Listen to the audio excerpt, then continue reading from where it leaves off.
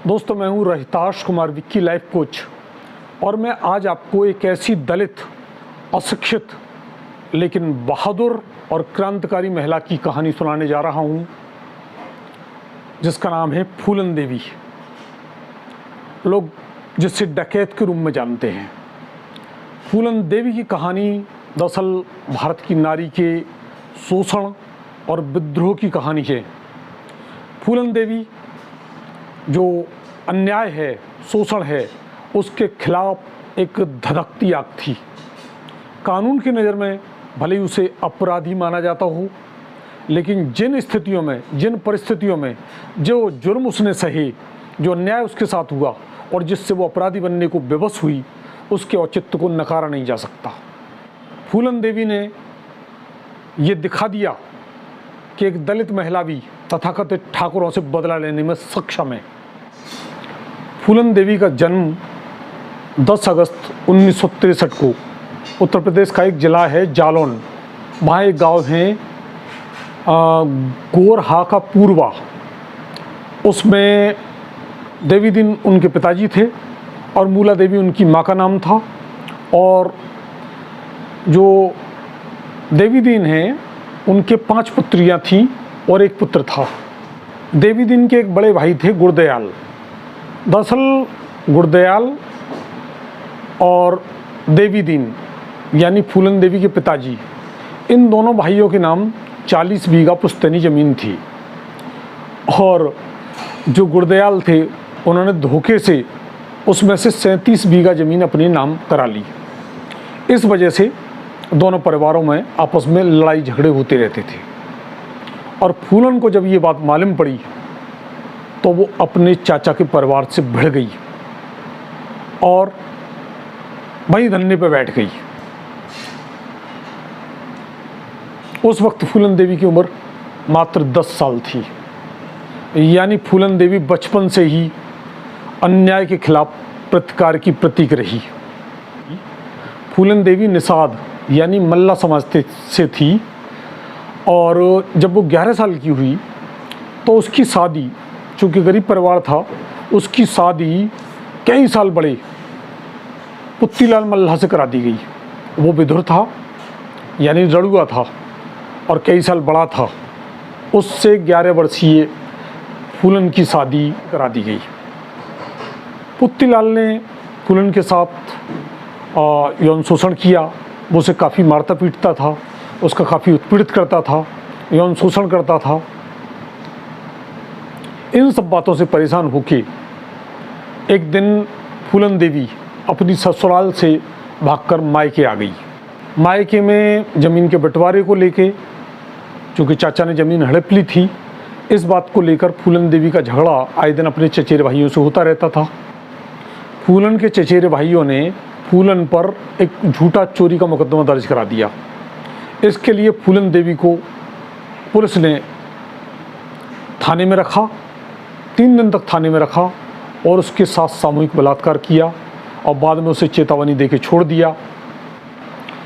फूलन जब पुलिस हिरासत से छूटकर आई तो फिर से उसके जो चचेरे भाई थे उनसे फिर से झगड़ा शुरू हो गया। उसके चचेरे भाइयों के ताल्लुकात, कुछ संबंध बीहड़ों में रहने वाले डकैतों से थे। उस वक्त डकैतों का सरदार था बाबू गुज्जर। उन्होंने बाबू गुज्जर को उकसाया कि वो फूलन का अपहरण कर ले। एक दिन बाबू गुज्जर अपने साथियों के साथ आया और 13 वर्षीय फूलन को और राइफल की नोक पर बीहड़ों में उठा ले गया। फूलन के साथ सामूहिक बलात्कार किया गया डकैतों के द्वारा, और फूलन की आवाज़ बीहड़ों में गुम होकर रह गई। जब दूसरे डाकू विक्रम मल्ला को ये मालूम पड़ा कि बाबू गुज्जर फूलन देवी मल्ला के साथ बलात्कार कर रहा है, तो उससे नहीं रहा गया और उसने बाबू गुज्जर को गोली मार दी और खुद गिरोह का सरगना बन बैठा। और उसने फूलन देवी को मंदिर में ले जाकर के साथ शादी कर ली। बाबू गुज्जर की हत्या से ठाकुर गैंग के श्री राम ठाकुर और लाला राम ठाकुर बहुत खफा थे और वो इसके लिए फूलन को जिम्मेदार मानते थे। इसी कारण उन्होंने एक दिन फूलन देवी को अगवा कर लिया और अगवा करके बहमई गांव ले गए। वहाँ फूलन देवी के साथ 3 हफ्ते तक यानी 21 दिनों तक उसके साथ सामूहिक बलात्कार किया। लाला राम और श्री राम ने खुद और उनके गैंग के लोगों ने फूलन देवी के साथ सामूहिक बलात्कार किया। 21 दिनों तक वो सामूहिक बलात्कार करते रहे और उसको नंगा करके घुमाया। यहाँ से फूलन देवी के मन में हिंसा जाग उठी और बदले की आग धधक उठी। फूलन देवी ने विक्रम मल्ला के साथियों को इकट्ठा किया और फिर से अपना एक नया गैंग बनाया।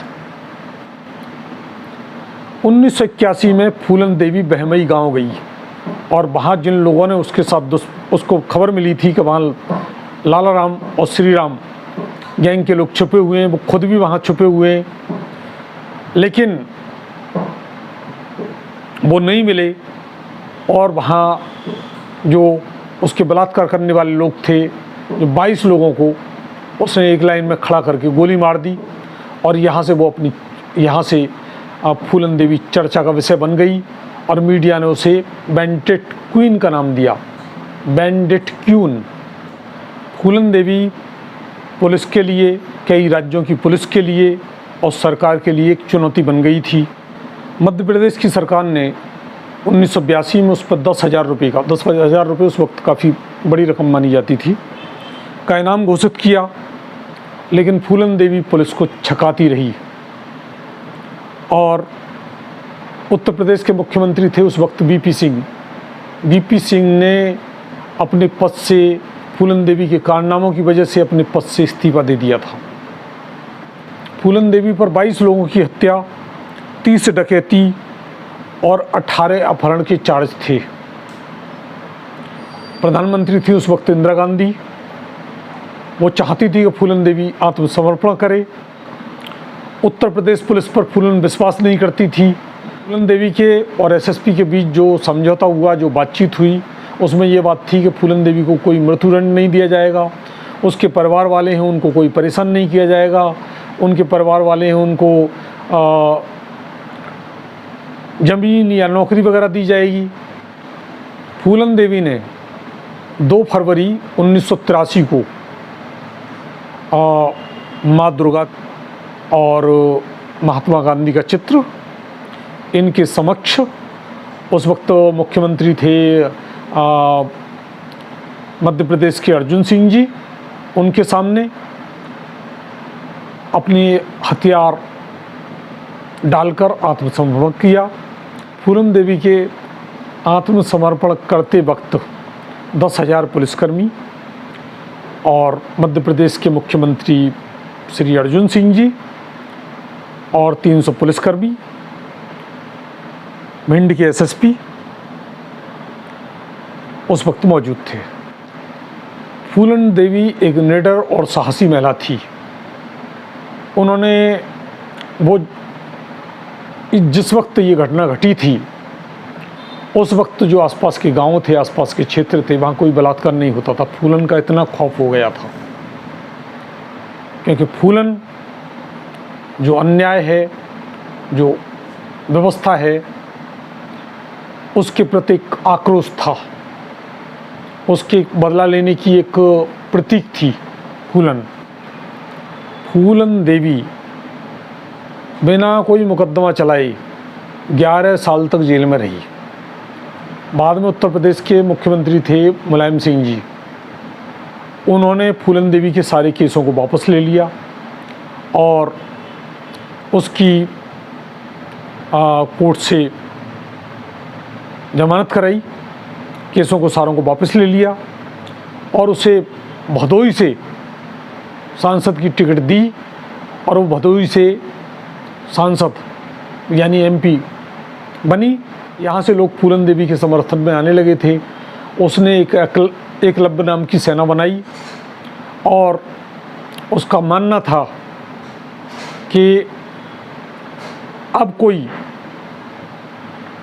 द्रोणाचार्य एकलव्य का अंगूठा नहीं काटेगा, यानी जो लोग हैं उनके अधिकार सुरक्षित रहेंगे। फूलन देवी ने अपनी रिहाई के बाद से बौद्ध धर्म को स्वीकार कर लिया था और वो भदोही से चुनाव जीतकर सांसद बन चुकी थी।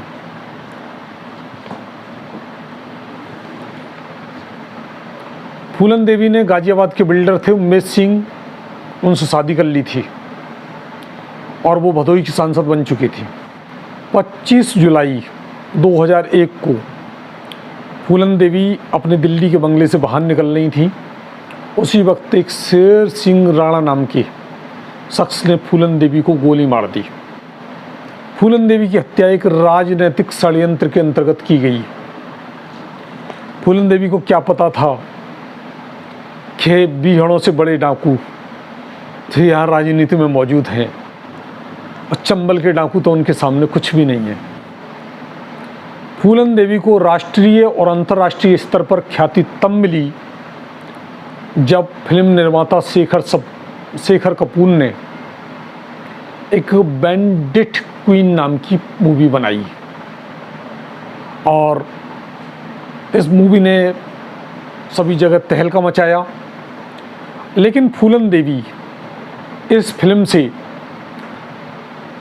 मैं उनके जिंदा रहते हुए रेप सीन डालने से वो नाखुश थी और इसके लिए उन्होंने निर्माता को धमकी दी।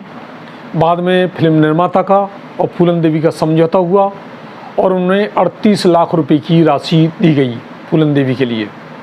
अरुंधति राय ने फूलन देवी की जीवनी को गलत तरीके से लिखने और उनकी मूवी में रेप सीन डालने की जो वजह है उसको अरिस्टेज the rape of living women without her permission का नाम दिया था। जेल में रहते हुए फूलन देवी का एक ऑपरेशन हुआ था जिसमें उनकी डिंब ग्रंथियों को निकाल दिया गया था और डॉक्टर ने कहा था कि अब कोई फूलन पैदा नहीं होगी। ये भी एक फूलन देवी के जो अधिकार था उसका हनन था, क्योंकि कोई भी डॉक्टर मरीज से बिना पूछे उसका कोई पार्ट अलग नहीं कर सकता। दोस्तों, फूलन देवी की कहानी समाज के मुंह पर एक तमाचा है। फूलन देवी दलित प्रतिशोध की, दलित बदले की प्रतीक है। फूलन देवी की कहानी भारत की नारी के शोषण और उससे विद्रोह की कहानी है और इसे सदियों तक याद किया जाता रहेगा।